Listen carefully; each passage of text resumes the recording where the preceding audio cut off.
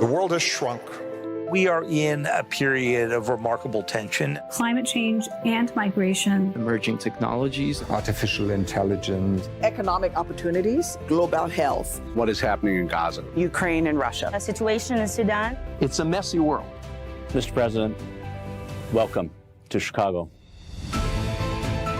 Chicago is a convergence of people and ideas and cultures from all over the world. We are hoping that by listening to this conversation, we'll then move into real advocacy and action. Fight is about everyday work, about your everyday contribution. Even small steps matter. We need to do something now. This is about democracy. Inclusion, real inclusion. Listening to one another. What do you see as the path forward?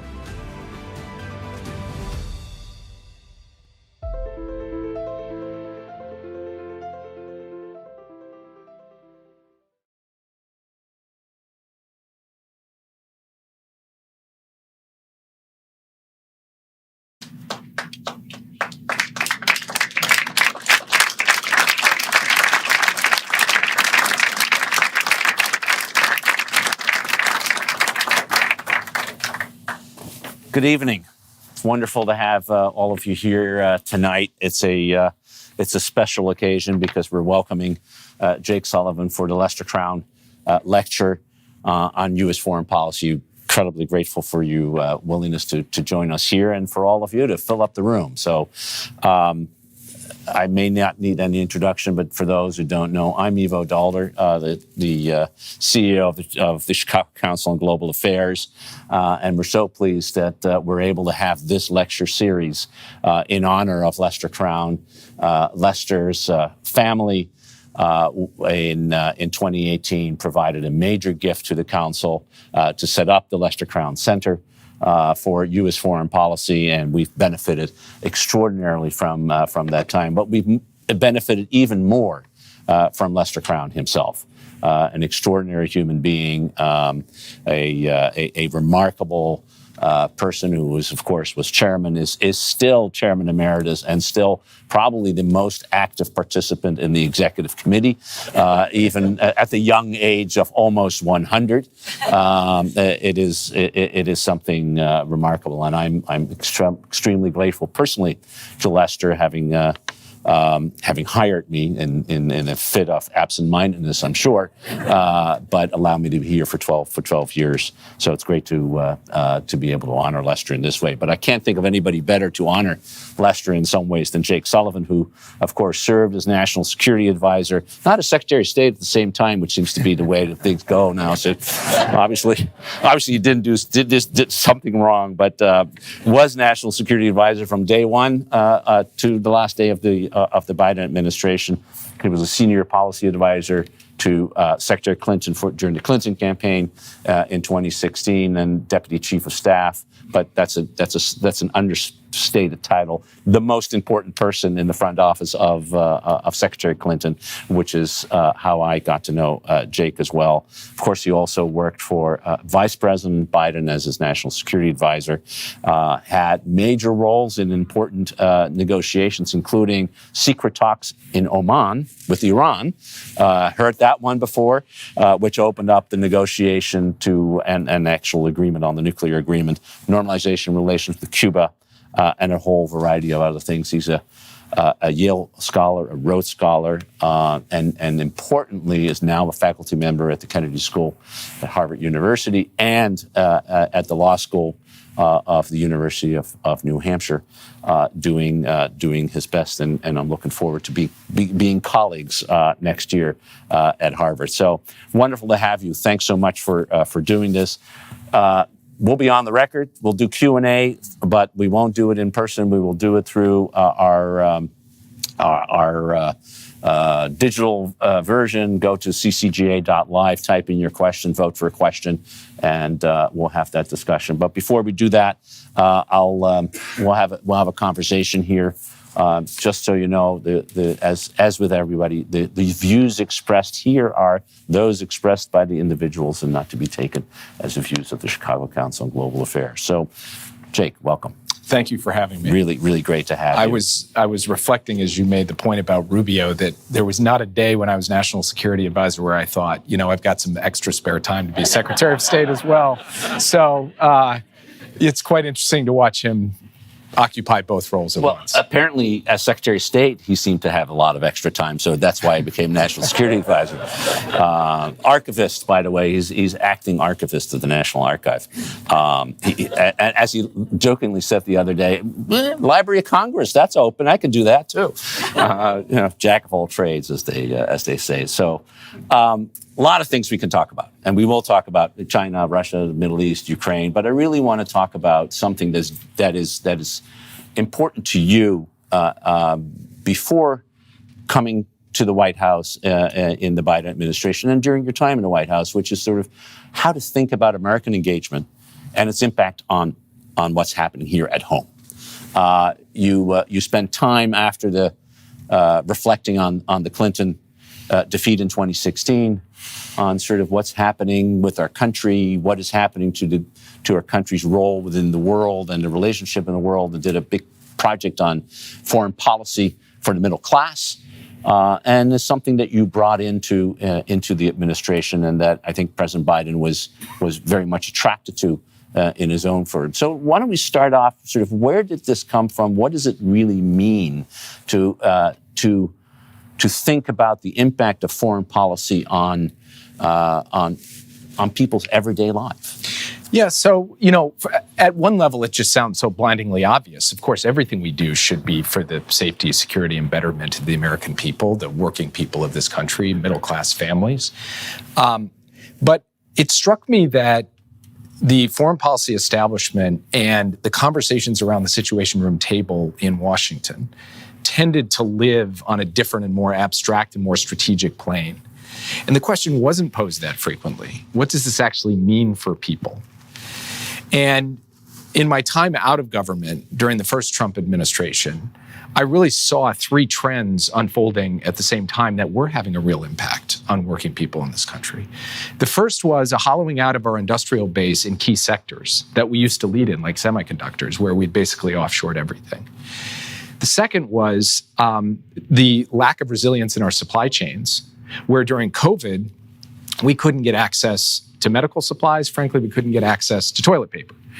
And why was that happening? Why was it that we'd gotten to a just-in-time circumstance where a simple crisis could cause so much pain and harm to people? And then the third factor for me was that we have this epical challenge of the climate crisis and the need to deploy massively at scale capital for the clean energy transition. And we were not generating that capital and deploying it. Why? So that set of questions for me led me to think about how we needed to adjust our national security strategy, our foreign policy, and our international economic policy to get after those challenges, to ensure an industrial strategy in key sectors at home, to build supply chain resilience, to protect our most advanced technologies, like advanced semiconductors, from being used against us by China, and to make sure that we were actually mobilizing the capital necessary to get after the great challenges of our time, including the climate challenge. And that animated my work as National Security Advisor, even as we were dealing with everything coming into our very, very busy, very tough inbox. So what's interesting in some ways is that Donald Trump's critique, both in 2016 and perhaps more in 2024, tended to be similar not in terms of the diagnosis, or partly similar in diagnosis, different in terms of execution. But we've now had, in some ways, a third term of a president who looks at economics and the economic relationship of the United States with the rest of the world as a core aspect of foreign policy. And so I want to start with how you looked at it, and what kind of changes did you think were important, and how should we look at to make sure you're right. The national, with the Situation Room, you sit there, you have these wonderful, incredible, deep conversations, but thinking about the impact on the economics, let alone on the American people, is zero.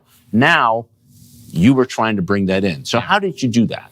How did the president try to do that? And then we'll talk about what you think about how the Trump administration is trying to do this? Yeah, so it was really 3 steps. The first step was to bring the National Security Council into the conversation about domestic investment at scale. And that was particularly true with the CHIPS Act, with the infrastructure law, and with the Inflation Reduction Act. There was a national security imperative, from my perspective, to make those kinds of long-term strategic investments for the core sources of American power in the world and to deliver for the American people.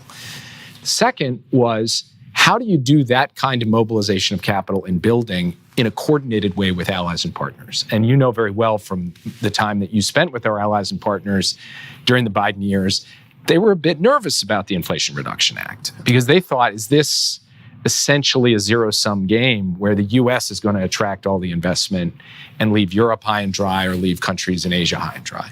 So a big part of our strategy was to say, no, what we're doing, you should also do. And we actually saw the Europeans, the Japanese, the Koreans, the Australians, the Canadians stepping up with their own complementary approaches. And then we began to work on a strategy for how this would be additive and not zero-sum among us. And that brings me to the third point, which is we were also trying to align a strategy of de-risking, not decoupling from China. And that strategy involved semiconductor and other high-end export controls, and it involved saying we are not going to tolerate the massive dumping of cheap products, highly subsidized from China, to hollow out our collective industries. We're going to push back. And in the area of autos, especially electric vehicles, we imposed tariffs, so did the European Union. So there are some similarities with the Trump administration. We didn't get rid of all the tariffs Trump put on. We adjusted them to make them more strategic. We believed that we needed to compete vigorously with China. We believed in the need to reshore and to fix our supply chains. But the method was very different in at least 2 fundamental respects. One, our view was you do this with allies and partners, not against them. That you're much better off trying to make this all work, flanked by the major democratic market economies of the world, not picking fights with them. And second, we did not want to wish away the clean energy transition and say, let's just go back to a previous time when it's all about fossil fuels. And I think those 2 big differences are playing out as we speak in the way the Trump administration is pursuing its strategy. So one of the critiques that you had to contend with was that when it came to trade in particular, the way we had traditionally thought about trade was through market access. And that your negotiations of free trade agreements was to lower tariff barriers, both trade and non-trade barriers. And yes, different administrations have put in environmental, labor, and other standards, but that fundamentally this was about reducing the cost of doing business across borders. And yet, the administration didn't really do that.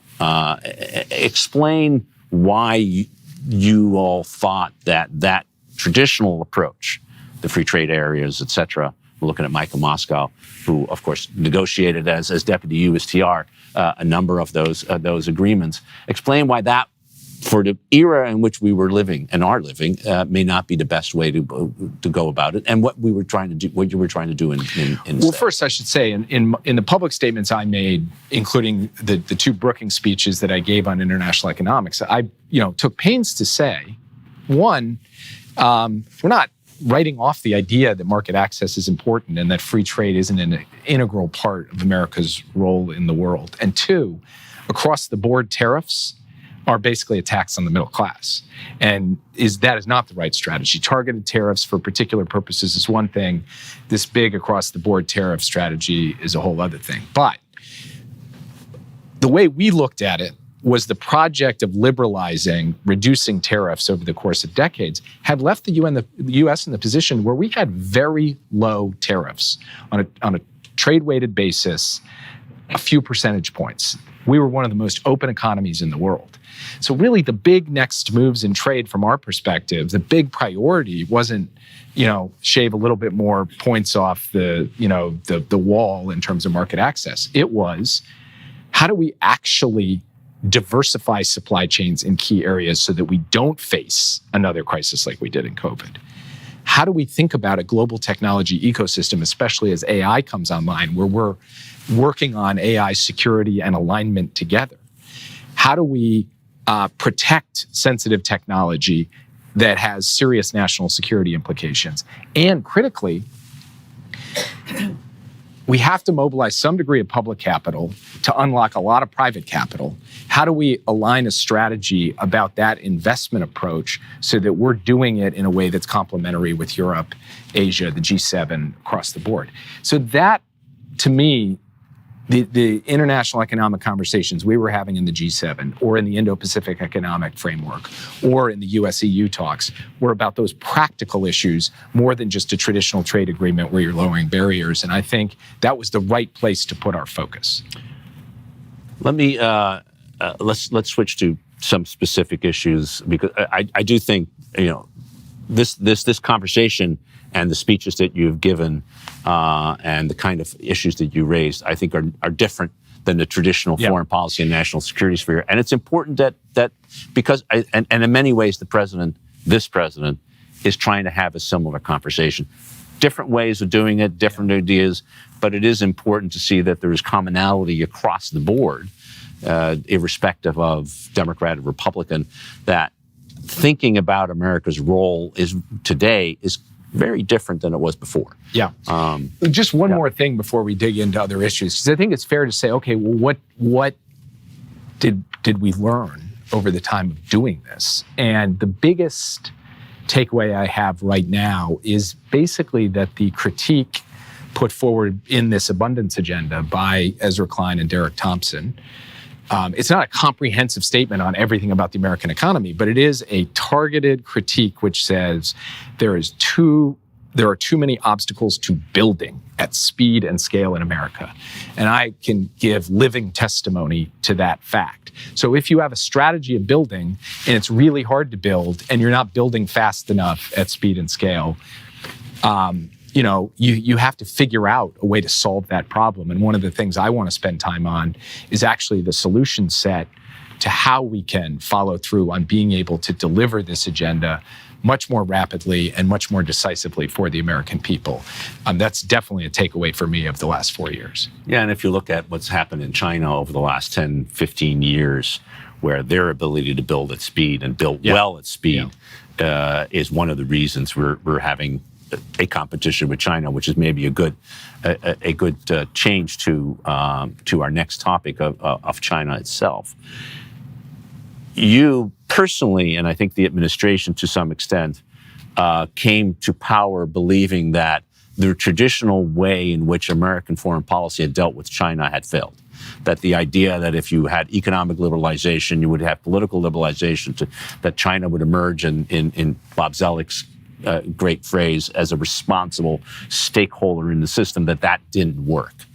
So when you sat down early on in the administration to forge a new strategy, building also on a Trump administration that had also concluded that the relationship with China was changing, how did you think about China differently, and what is it that you were trying to do to change the way in which we dealt with this strategic competitor?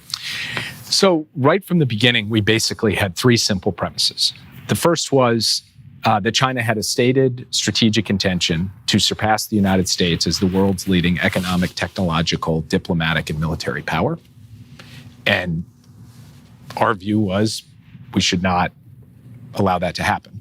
The second was there is a decisive decade. These years are the key years in that competition. And so we need to move and compete vigorously. And the third was, however that competition unfolds, neither the US or China is going anywhere. We're both going to be around, and we're going to need to learn to live alongside one another as major powers in the world. So therefore, the recipe was compete vigorously, but manage the competition so that it doesn't tip over into conflict or confrontation, and look for areas where you can work together where it's in our mutual interest to do so. Now, that's a mouthful, but that was the strategy. And intense competition required intense diplomacy. And so I spent personally somewhere on the order of 50 hours with Wang Yi, the Chinese foreign minister and senior Politburo member on national security, in multiple cities around the world for 2 days at a time, trying to, be in the cockpit of managing this most consequential of relationships. That didn't take away all of that diplomacy from the steps we tried to take to improve America's competitive position. And what worries me about the situation we find ourselves in today, a few months into the Trump administration, is if you think about, if you're sitting in Beijing, what most worries you about the US's ability to outcompete you. You'd think, well, number one, America can attract the best talent from anywhere in the world. So Lee Kuan Yew famously said, China has 1 billion people and America has access to 7 billion people. Okay, what's happening with that right now, with the signals we're sending to students and researchers about coming to the United States? It's squandering a massive advantage. Second is, the United States has the most unique innovation ecosystem in the world, which is research universities, public funding, and the private sector. And this administration is attacking 2 of those 3 pillars relentlessly. Third thing America has is deep global confidence in the capital markets and the dollar. The administration is taking policy decisions to undermine that. And the fourth is America has allies no other country has, certainly not China. And now the United States is picking fights with just about all of its allies. So you're sitting in Beijing, you're kind of like, hey, this isn't too bad in terms of like allowing a strategy to unfold that is going to deteriorate the American position strategically and enhance ours. And I think their view of don't interrupt the enemy is kind of what's motivating their foreign policy right now. And it's not a surprise that, 2 years ago, President Biden welcomed the Prime Minister of Japan and the President of Korea to Camp David for a historic summit, pulling together Japan, Korea, and the United States. A couple months ago, the Chinese foreign minister pulled the Japanese and Korean foreign ministers together to talk about what? Trade and economics, and how those 3 countries need to respond to the United States. That kind of shift in the tectonic plates of the geopolitical landscape right now is deeply disturbing to me because I do not believe that we are playing our hand as well as we could be in terms of enhancing our strategic position with China. I think, that's a powerful critique, and I think that makes a lot of sense. I think the fifth thing that you didn't mention is the rule of law. Maybe the most fundamental. Right. I left unspoken the basic foundation, our Constitution. It matters, and we are actually playing that out right now on the trade issue, where we are trying to figure out how do courts relate to the power between the executive and the legislative branch on the question of tariffs and trade. But on the issue of China, one is there's a difference within this administration how to deal with China. It seems to me that when you were in power, were trying to have a competition without avoiding confrontation and cooperate where you can. There is a large group of people in this administration that actually wants a competition to win. And it has a president who defines winning as the best possible deal possible. Yeah.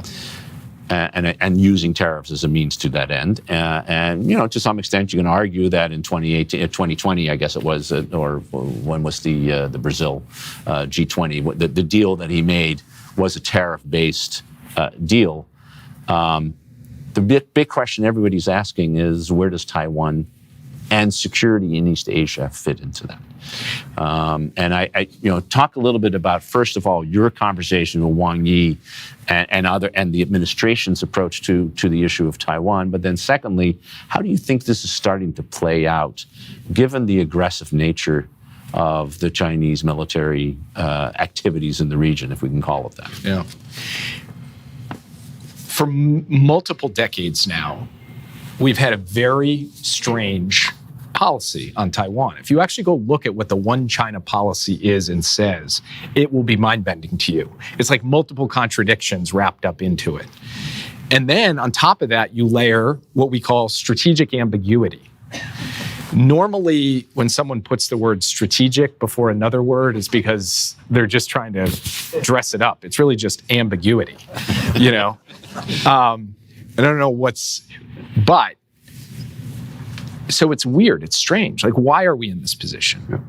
And yet, it's worked. It has worked for decades. It has allowed for the maintenance of basic peace and stability across the Taiwan Strait. it has prevented war. And the question is whether that formula can hold going forward.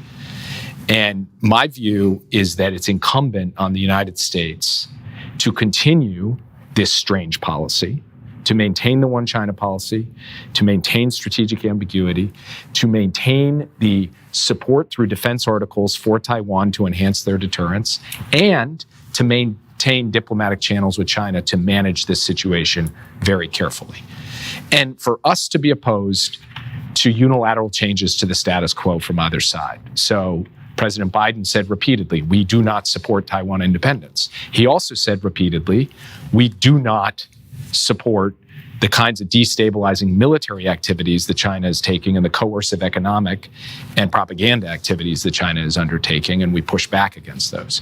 I do think that the possibility of a crisis over Taiwan is real, but I do not believe it is inevitable. I think it can be prevented through continued statecraft and diplomacy, and my hope for this administration is that they will work to do just that. President Biden said 4 times, I believe, that he would defend Taiwan if it were attacked. I agree with you that that was consistent with strategic ambiguity, because we have always said that we will oppose those who change the status quo. And yet, you were national security advisor. That wasn't. It probably was not in his talking points, or maybe it was. But talk a little bit about sort of, you're his national security advisor. How do you manage your president when he goes out and says things you don't want him to say, and it may be about this thing, but this was instructive, right? Because this was President Biden wanting to do what he wanted to do. Now, here's how to think about it from my perspective is you got a very experienced politician who has made part of the essence of his being kind of straight talk, plain talk. Then you have a national security advisor who walks in and is like, strategic ambiguity, one China, don't answer the question. When you get asked, keep dodging. And he's like, I don't do that. That's not Joe Biden. I get asked a hypothetical question. I'm going to give my answer. Would you? Yeah. Have you changed your policy? No. And he felt comfortable living in that space because from his perspective, it wasn't a dodge on the hypothetical, but it was a reassertion, which he himself reasserted multiple times, that the one China policy had not changed, that American policy had not changed. You might ask, well, how's that possible? How can you both say yes and still have strategic ambiguity? But that's the inherent bizarreness of the U.S. Taiwan policy that has, in fact, worked over this period of time. That being said, it doesn't make it any easier for me when I'm sitting in the audience hearing that each time, of course, because I would answer it differently. But that's the difference between someone kind of steeped in the almost Talmudic formulations and expressions of Taiwan policy, as I have been, and someone who is facing voters and having to talk plainly and doesn't like all these Talmudic formulations. And this is one area where that really played out. Well, in that way, Joe Biden and Donald Trump must be very similar. They just say what they need to say in order to reach their audiences, except that Marco Rubio's ability to steer may be slightly different than yours was in some ways, or Waltz's, Mike Waltz. Let's go to Russia. An issue that is important for many, not that the others aren't either.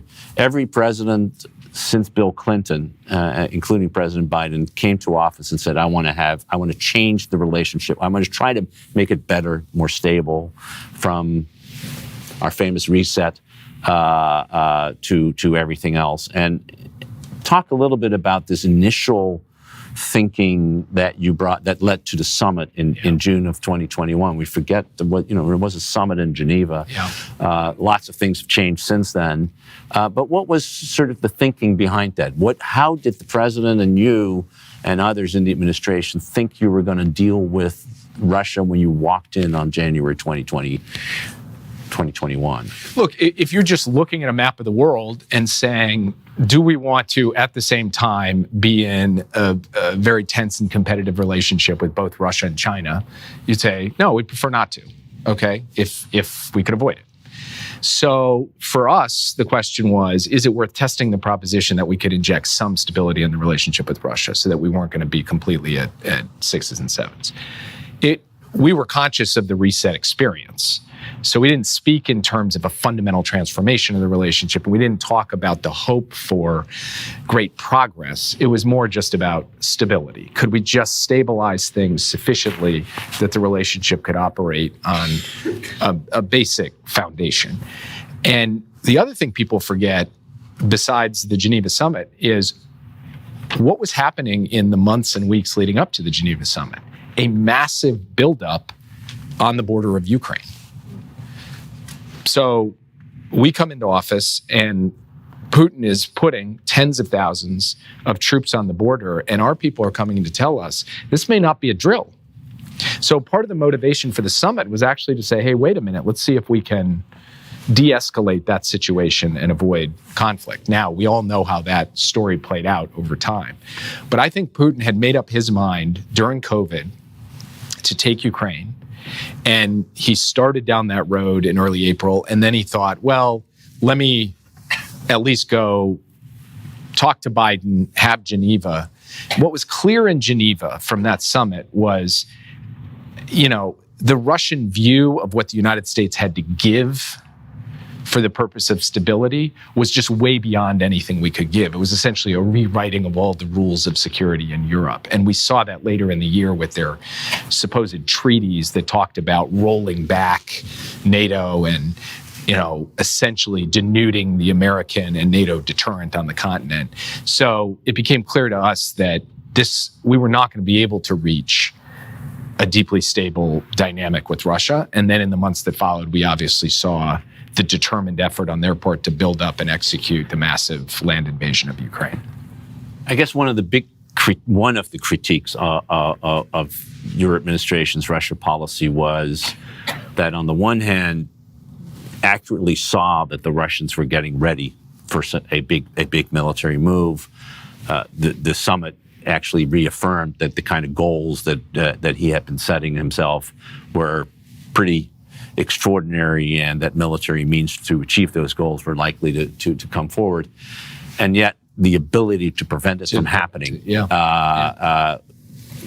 in some ways, the deterrent threat didn't work. And It didn't work in part, in some way. The critique is that maybe by focusing only on sanctions and not on military response, by ruling out troops on day one, the administration may have sent the wrong signal. There's the Afghanistan issue, which we can get into separately as well. But that as a critique, and how much thinking did you all do about what is the deterrent message we want to send to the Russians to prevent what you thought was going to be happening? So look, that's not just something I think about in hindsight. Remember, there were months unfolding from when we had confidence that this was going to happen till it happened. And every day of those months, I would scour the government, scour outside experts, scour everybody to say, is there a way to stop this? And, we tried various gambits. We put every proposition in the intelligence community, and the answer always came back, no. Basically, there's nothing you can do. Except for maybe one thing, which is if the United States decided to directly go to war against Russia to stop it. I still believe in that circumstance, as we mobilized to do that, Russia would have moved in to change the facts on the ground. So I don't even think that would have stopped the invasion. But could I look you in the eye and say, no, if the U.S. actually decided we're going to more or less extend Article 5 to Ukraine, that we couldn't have prevented this? I can't say that. It's a possibility that's true. President Biden was not prepared to do that and didn't want to play around with that. And I think he sleeps soundly at night on that decision, because his view is that we have an Article 5 commitment to the countries of Article 5, and then we have a commitment to Ukraine to do all we can to support them, but not to send large numbers of American troops into direct conflict with Russia over that issue. And I think short of that, I have not heard anyone make a persuasive case that some other combination of threats or inducements was going to generate a different outcome, because Putin was so damn determined to do this. And I would also note that there were a lot of people who said, well, if you just push for diplomacy with Putin, you can get him to the table and he'll cut some deal. And that was the theory that President Trump brought to office in January. It's now May. And we have had a real-life experiment of that theory. And what Putin has shown over and over again is for all the blandishments, all the inducements, all the offers of a different relationship with the United States at the expense of Europe, the thing he cares the most about is continuing to try to subjugate Ukraine. And I believe that that is for him a historic mission motivated deep from within the wellspring of his being. And it would have taken something truly drastic to try to prevent this from happening. And people can have a debate about whether that would have been a better way to go. I think the judgment the president made, and he was very direct and public about it, was, I'm prepared to do a hell of a lot to support Ukraine, but I'm not prepared to send American forces to fight Russia. And in many ways, I think, that judgment, which I think is a judgment you hire a president to make, and is in fact the only judgment, the only person who can make that judgment is the president. And I have defended the idea that we have somebody who actually thinks about these things is important. But it also seemed to influence the course after the invasion started, with the question of how far can you push the support to Ukraine with regard to the kinds of weapons, the degree, the speed with which it was delivered, and the freedom that the Ukrainians were provided in order to use the weapons in the way they saw fit. And I know from our many conversations about this that these were really hard and tough discussions. But you do have a sense that the president's worry about escalation was a limit on how much you were able and willing to do in terms of supporting Ukraine, well short of actually providing direct military intervention.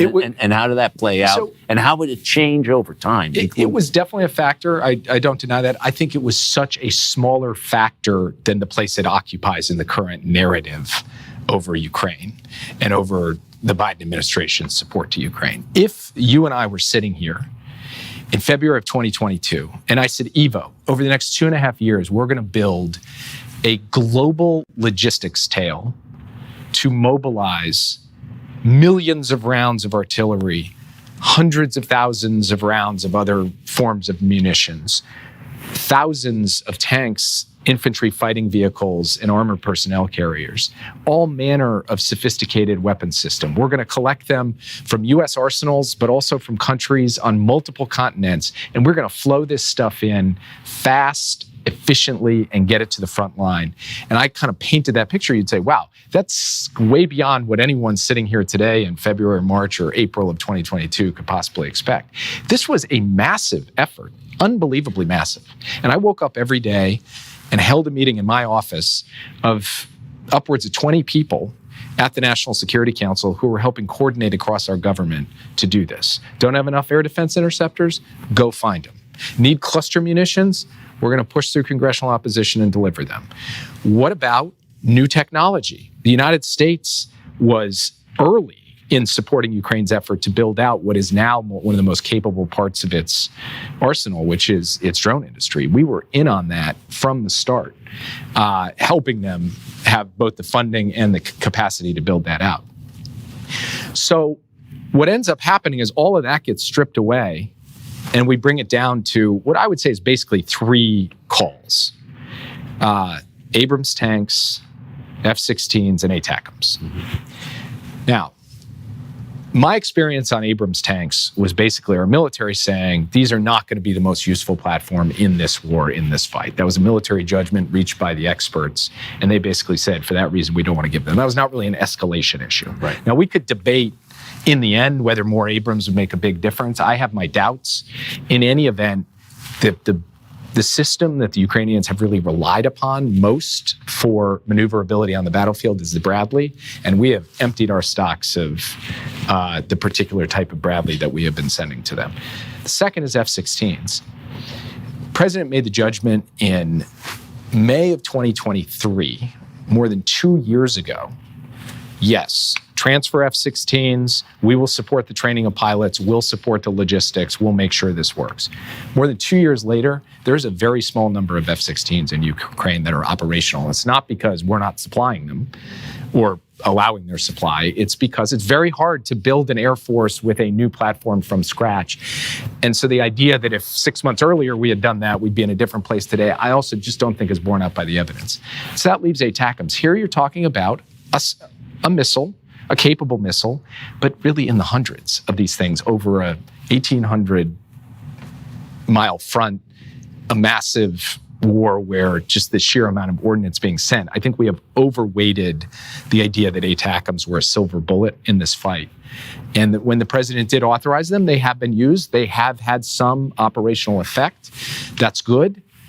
But I do not believe that you can draw a line from any of those three systems and an outcome in which the facts on the ground are just radically different than what we see today. The last point that I would make is there's a particular focus on the period in late 22 when there was a concern that you could have Russian nuclear use on the battlefield in response to a catastrophic collapse of Russian lines, that was a real scenario, and the president was being briefed by the senior-most levels of our intelligence community on that scenario. If you're the president of the United States and you get that briefing, you take that briefing seriously. Okay, it doesn't, people on TV can say what they say, other people can say what they say. You've got to think carefully about the first possible use of nukes since 1945. Now, did that have paralyzed us? Did we then say, okay, we better quit because that might happen? Absolutely not. We continued to flow munitions to Ukraine through that entire period because the president felt, on the one hand, take it seriously. On the other hand, don't be paralyzed about it. And those are the kinds of judgments that you have to make over the course of a war. And my view is when we left office, we actually had surged military equipment to Ukraine at scale. We had tightened sanctions, including begun sanctions on Russia's oil sector. We had seized the proceeds of Russian assets. And we had set this administration up to use all that leverage to shape the negotiation in a pretty solid way. This administration has taken a different course in how they've approached the issue. But I think it's just really important to look at the full context of this period of time, even if we could have really legitimate debates about particular points and why this system or that system. But I think placing it in the proper context is very important. Yeah, no, I think that's helpful. And as we were talking before getting on, I mean, my personal view is that what was built will provide Ukraine with sufficient capability that by 2026, the Russians are going to run out of stuff faster than the Ukrainians. But that's a different discussion, a different thing. Last issue, can't escape the Middle East. And I think probably the issue in which the administration suffered the most criticism was in some sense not the extraordinary leadership that the president showed in the immediate aftermath of October 7, first president to come to Israel during a war, but that the war in Gaza in particular, there's lots of other things we can talk about, but it's just given what the public debate is, it's an important one. That the war in Gaza, one that in some ways you spent more time on, the president spent more time on, to try to manage and end in a way that achieved Israeli objectives, got hostages back home, and created stability over time, but you failed. Not quite leave aside from when the ceasefire was finally achieved, but that too much destruction, too much humanitarian damage was created during this war, and that as the singular most important supporter of Israel financially and militarily, you weren't able to deal with that issue. I know you. When you said you still have sleepless nights, this is one of the reasons why. Talk about the effort to try to achieve two fundamental goals. In Israel's security, given that it was attacked in a way that was extraordinary, historic. Never before had so many Israelis been killed since the Holocaust in one single day on their territory. and at the same time trying to find a way out of the conflict that would lead to more stability rather than and less suffering on the part of the people who were in some ways squeezed in between. So I start, with just a really basic impulse, which is that this war in Gaza has just been a damn tragedy all the way around. Just the horrific toll on October 7th and really every day since for the Israeli people and for the Palestinian people. And the pain of children being killed in front of their parents, the sheer staggering numbers of civilian casualties, the difficulty of pushing, prodding, poking the Israelis to get more aid in. I mean, you can't look at the images coming out of Gaza and not think, like, at the end of the day, this is about human beings, and the suffering is just immense. And the suffering of the hostage families and the hostages themselves is immense. So it is a tragedy of the most calamitous proportions. And we didn't prevent it, and we didn't get it stopped until right at the very end when we did get a ceasefire and hostage deal for at least a period of time. And I think a lot about, is there something different we could have done that would have ended the war? And I've not heard the answer given to me from anyone else, well, if you had just done this. And that's partly because you had an Israeli prime minister who is not enthusiastic about doing a ceasefire and hostage deal. And you had Hamas, who was not prepared to seriously come to the table to do a deal either until after Sinwar was killed and after Hezbollah finally agreed to a ceasefire, and that was at the end of 2024. So a lot of the conversation is about just leverage on the Israelis, but there were two actors here, both challenging to deal with. So what did we try to do every day? Every day, we tried to ensure that Israel had the means to defend itself. And the idea of cutting Israel off was especially complicated because it wasn't just Hamas they were dealing with. They were being attacked by Hezbollah, by the Houthis, by the Syrian militias, by the Iraqi militias, and by Iran itself directly for the first time in decades. So standing up for Israel's security, and on the other hand, trying to alleviate the suffering of the Palestinian people. And I understand how anyone could look on TV and say, well, you didn't really alleviate the suffering of the Palestinian people. You've totally failed in that. And in many respects, the continued death of too many civilians is proof positive of that. On the other hand, we were working this every day, and I do believe we made a difference in the amount of aid that got into Gaza. When this started, it was zero. We kept working, kept pushing, kept moving, and trucks went into Gaza at sufficient scale, not enough, but at sufficient scale to stave off the famine that was warned about. And if you want a difference between an administration that was actually trying to work these issues in a serious way, even if we can have legitimate debates about, exercising leverage in this way or that way, and an administration that doesn't really care that much, just take the last 3 months, where there has been basically a siege that is finally maybe now coming to an end of nothing going into Gaza, and where you have an administration that has removed the restriction we placed on the provision of 2,000-pound bombs, among other steps. Now, I hope we're very close, actually, now, at this moment, to another ceasefire and hostage deal, at least a temporary ceasefire and hostage deal. I think that would give respite and also the possibility to build to an actual end to this war, which we need to work towards. So I'm going to continue to grapple with this on two levels. One's just a very basic human level of the pain of having been in a circumstance where I was not able to prevent the suffering of Palestinians and the suffering of Israelis. And the second, on more of a intellectual level of how do we think differently going forward about the application of leverage, what's available, what's not. I don't think the clean, simple answer, just make the Israelis do this or that, was really available, but were there things we could have done differently? That is something I'm going to continue to search. It's a thoughtful answer about a difficult set of issues that all of us are struggling with in one form or another. There are no easy answers in foreign policy. This one's about as hard as it possibly can. Let me turn to some of the questions that all of you, either online or in the room, have been asking. One of them is Afghanistan, it's being asked in a couple of different ways. One, did you favor the withdrawal from Afghanistan? In the end, the president, that's who you served, decided that. But two, what lesson did you take away from the manner in which it was executed, and what impact do you think it has had on the Russian decision with regard to Ukraine, given that they were moving in one direction but only moved afterwards? Yeah. So how do you look back at Afghanistan? Well, so first, I have not shared publicly my advice to the president, because part of my job as national security advisor is to give that advice to him behind closed doors. But I will say, sitting here today, I believe that the United States of America is better off not sending Americans to fight and die in Afghanistan for the 25th year.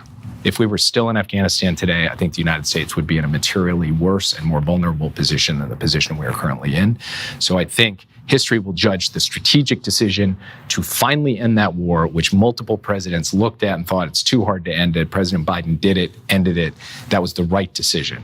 Now, the manner of execution was massively challenged, and it was also tragic because we lost, as you know, 13 brave Americans and a significant number of Afghans to a suicide bomber at Abbey Gate. But I also believe, and I believe this really, truly, that there is no way to end a 20-year war with all of the decisions that have piled up, all of the pathologies that have been built in, all of it over 20 years in a really clean and simple way. It's just not possible. So part of the reason previous presidents had ultimately decided not to end the war is they thought, just ending it is too hard. But that's not good enough. You can't just say, well, it's kind of hard to end it, so it has to go on forever. We can't keep sending American men and women into harm's way on that logic. So there were definitely things we could have done differently. But do I believe that they would have made this all just a really simple, wonderful exit? I don't. And the main thing that we should have and could have done differently, and I've been on the record saying this because we applied this lesson in Ukraine and Sudan and other places, is we should not have heeded as much the entreaties of the Afghan government to slow the evacuation in the days leading up to the collapse on the logic that we were trying to prevent panic that would have caused the very collapse that then happened. In the end, you just got to move. And we should have moved faster. And that's something that we saw in the after-action reports. But my basic view of Afghanistan looking forward is people said, when we left, you're going to leave Americans behind. In fact, all of the Americans who wanted to be able to get out of Afghanistan at that time, who were there, got out. And we lost American soldiers on the ground. And they were heroes in part because they helped facilitate all of those Americans getting out. People said you're going to leave Afghan allies behind. I don't think anybody in August of 2021 or July of 2021 would have believed me if I told you that tens of thousands, many tens of thousands of Afghan allies have gone to the United States, an astonishing number, and they kept coming all the way to the end of the Biden administration, all the way until President Trump said, we're not going to do that anymore. And the Taliban actually permitted and facilitated that. People said, your allies, your alliances are going to be badly damaged by this. I think when we left office, our alliances in Europe and Asia were at all-time highs. And people said Afghanistan is going to become a massive breeding ground for terrorism. That's something I still worry about because it is a challenging and somewhat, ungoverned space.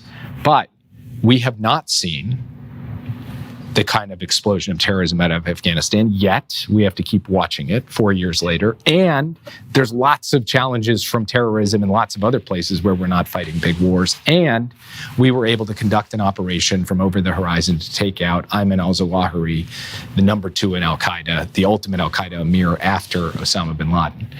So that's my view on Afghanistan sitting here today, a few years later.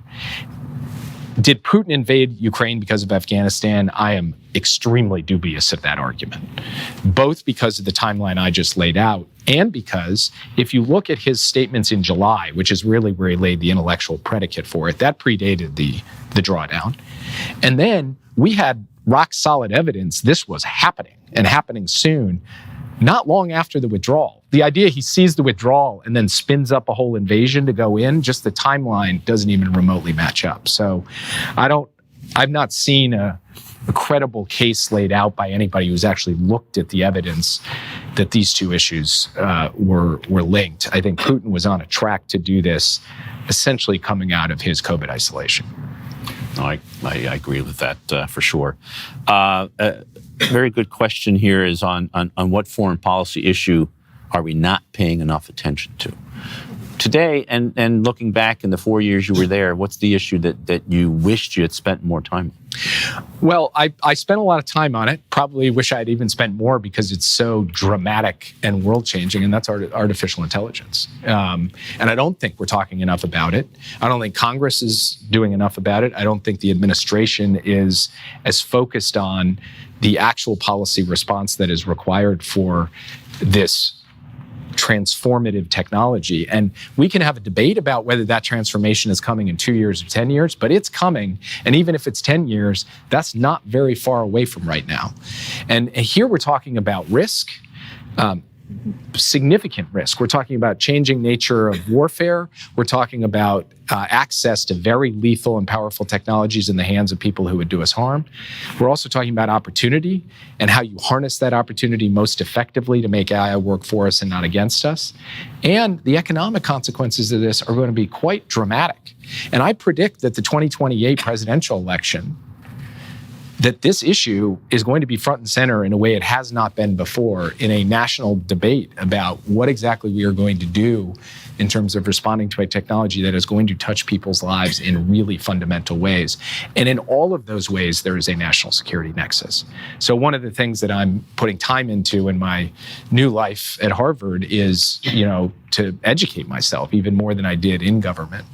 And, to spend time with technologists, but also with ethicists and also with national security thinkers to try to come up with a framework that can help guide America through this transition and the rest of the world as well. And to me, we all sort of say it.